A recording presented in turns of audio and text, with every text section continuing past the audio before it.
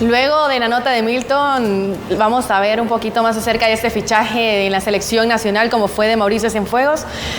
Mauricio Rivas, te pregunto, ¿cuáles crees tú que son las aportaciones que puede dar Cienfuegos a la selección nacional? Bueno, es interesante todo lo que vivimos porque estuvimos presentes también en la conferencia de prensa el día sábado en su presentación oficial. Llegábamos de hecho muy temprano, se retrasó el arranque de la misma conferencia porque estaba la Asamblea General del Fútbol a esa hora con todos los involucrados y todos los sectores del fútbol nacional. Y cuando llegábamos antes de la presentación, cuando todavía no se había hecho oficial, le preguntábamos a Hugo Pérez por qué Mauricio Cienfuegos. Él me decía que cuando terminara la conferencia de prensa él iba a hablar al respecto de la situación, que en ese momento no iba a hablar, y pues él lo dijo muy claro, que se ha preparado muy bien, que no todos tienen la posibilidad de prepararse en Sudamérica y en Europa, y Mauricio Cienfuegos lo ha hecho de esa manera, aparte salvadoreño, y porque lo conoce muy bien, eso fue lo que dijo Hugo Pérez. Yo creo que hace rato teníamos que aprovechar el conocimiento, el rodaje, la experiencia que pudo haber tenido como futbolista y como uno de los grandes jugadores que El Salvador tuvo con selección nacional, primero porque siempre fue muy crítico de la infraestructura y de la estructura del fútbol, que son cosas muy diferentes. Y al ser crítico, obviamente, cuando viene alguien muy crítico, tenemos que esperar de él que venga y apueste y también tenga la personalidad y el carácter de solicitar las cosas que el fútbol realmente necesita para poderlo cambiar. Entonces yo creo que en eso le puede ayudar mucho, porque ya sabemos que tiene carácter, que tiene temperamento. Esperamos que también tenga la personalidad para decir aquí esta situación no está bien y esto es lo que necesitamos y este tiene que ser el vehículo de cambio a partir también de ese momento. Le pasa factura el hecho de no tener experiencia, de haber dirigido a lo mejor a una selección, de haber estado metido en una selección, pero él lo decía muy claro, no podemos tirar todo a la basura en este momento, cuando Hugo Pérez ya tiene la experiencia de haber estado en el proceso eliminatorio anterior, del octogonal anterior, para este que viene, para el 2026. Entonces yo creo que la experiencia que ya adquirió Hugo Pérez, más el conocimiento que tiene Mauricio Cienfuegos, y porque sabe de lo que padece el fútbol nacional, creería que le podría ayudar también a la selección. La gente está muy ilusionada, yo leo más comentarios positivos que negativos a la llegada de Mauricio Cienfuegos. Creo que se le puede explotar mucho también el tema de que hay jugadores que tienen calidad, y con Carlos lo hablábamos también la semana pasada que teníamos acá, el lunes anterior a Brian Tamacas.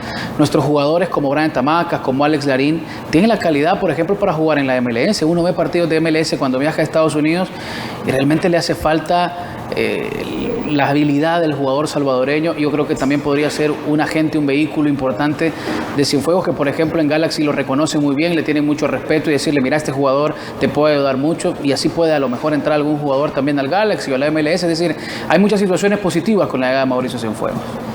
Carlos Aranzamendi, con ese fichaje nuevo de la selección nacional, ¿cuáles tú consideras que son las aportaciones que puede hacer al fútbol salvadoreño? Primero, creo que era necesario que Hugo recupere a su cuerpo de asistentes, porque con la llegada de la Comisión de Regularización y especialmente con el nombramiento de la Secretaria General, el cuerpo técnico antes era uno solo y se repartían las responsabilidades para conducir a los diferentes procesos de selecciones nacionales. Obviamente que la llegada de Mauricio obedece a la salida de Gerson, que ahora está con el Chicago Fire. Me parece que es importante desde el momento que son dos técnicos que se han desarrollado en los Estados Unidos, que adquirieron también esa disciplina, que trascendieron, uno como mundialista con ese país, el caso de Hugo Pérez, y Mauricio Cienfuegos con una década siendo de los pioneros en la MLS y preparándose también, como bien apuntada, durante 19 años, yendo al viejo continente, estando en Sudamérica, y que a partir de este momento lo va a poner a disposición. Claro, la experiencia a nivel profesional de Mauricio ha sido con el equipo de Nejapa.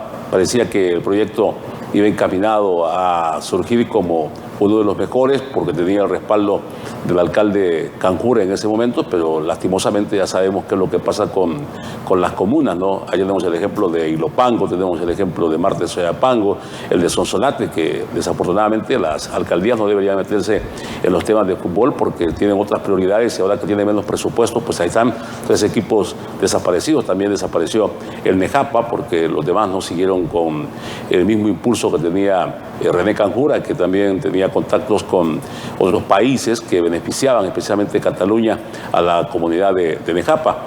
Creo que esa fue la primera experiencia de Mauricio. Ahora, a mí lo que me gusta es que son dos tipos frontales.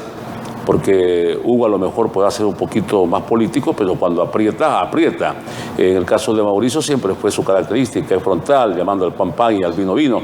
Esperemos que eso se mantenga, porque si hay algo que no podemos ocultar es que en este fútbol se necesitan cambios, pero cambios no solamente estructurales, sino que también cambios que marquen un antes, un después.